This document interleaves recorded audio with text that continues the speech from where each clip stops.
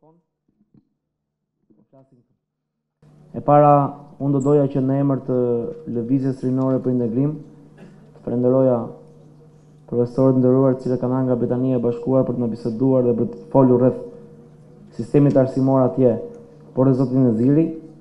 por megjithatë risëm për këtë mundësi bashkëbisedimi që na japin me njëri tjetrin për të biseduar për sistemin arsimor, i cili është një ndër sistemet, po themi, më të rëndësishëm në jetën tonë përditshëm. Ndaj lëvizja rinore për integrim ka nisur një tur takimesh konsultativ me profesor, pedagog, me grupet interesit në çështjen e arsimit lart, dhe shumë shpejt dhe ne do kemi një propozim tonin konkret për sa i përket arsimit lart këtu në Shqipëri. Ne njëherë për gjithmonë duhet të kemi një sistem të qartë arsimor në Shqipëri, një sistem i cili orientohet qartë dhe drejt punësimit, një sistem arsimor i cili përgatit të rinjt drejt vendeve të punës dhe i orienton ato drejt tregut. Për të bërë kjo kërkojnë bashkëbisedim dhe ndihmë të gjithëve, sigurisht që nuk është një gjë